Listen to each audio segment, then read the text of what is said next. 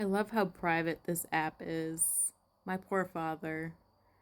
He's had this girlfriend for like 2 years. She came in like a love bombing scenario.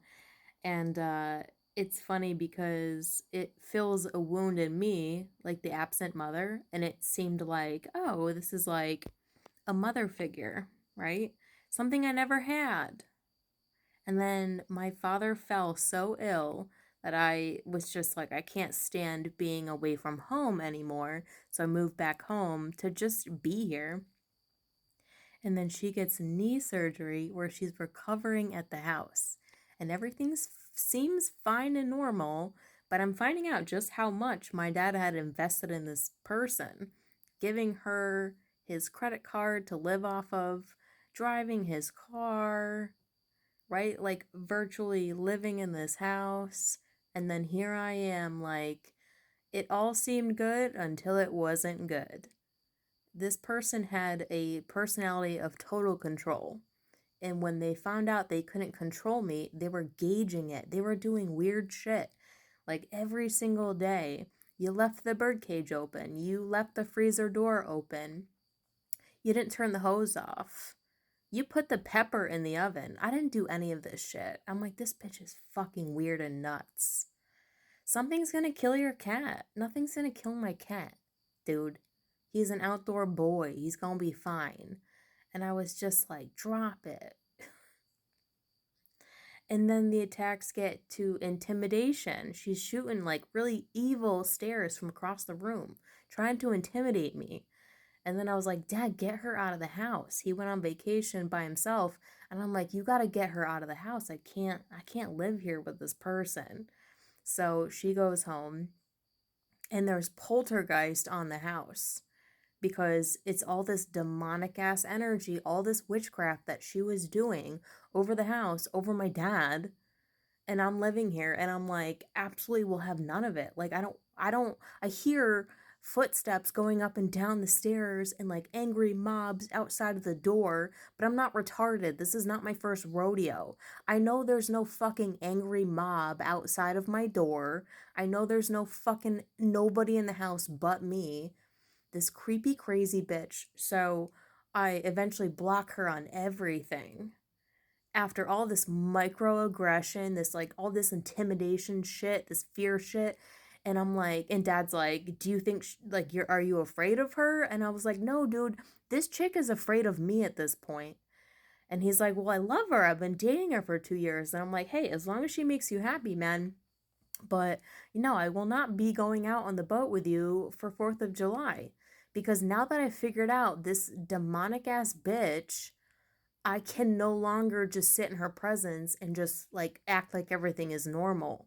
This is very characteristic of like Beast throwing off the whore of Babylon, Revelations, and like women getting away from these creepy invader female archetypes. Invader, she said the weirdest shit I've ever heard anyone say in my entire life.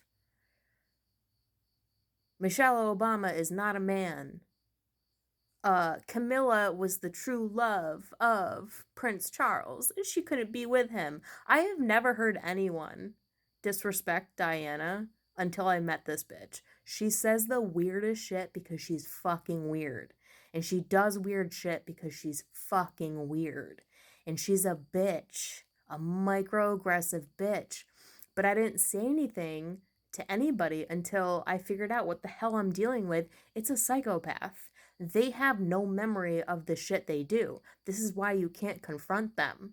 Because they have brain damage. They are just super soldiers for Satan. They have brain damage.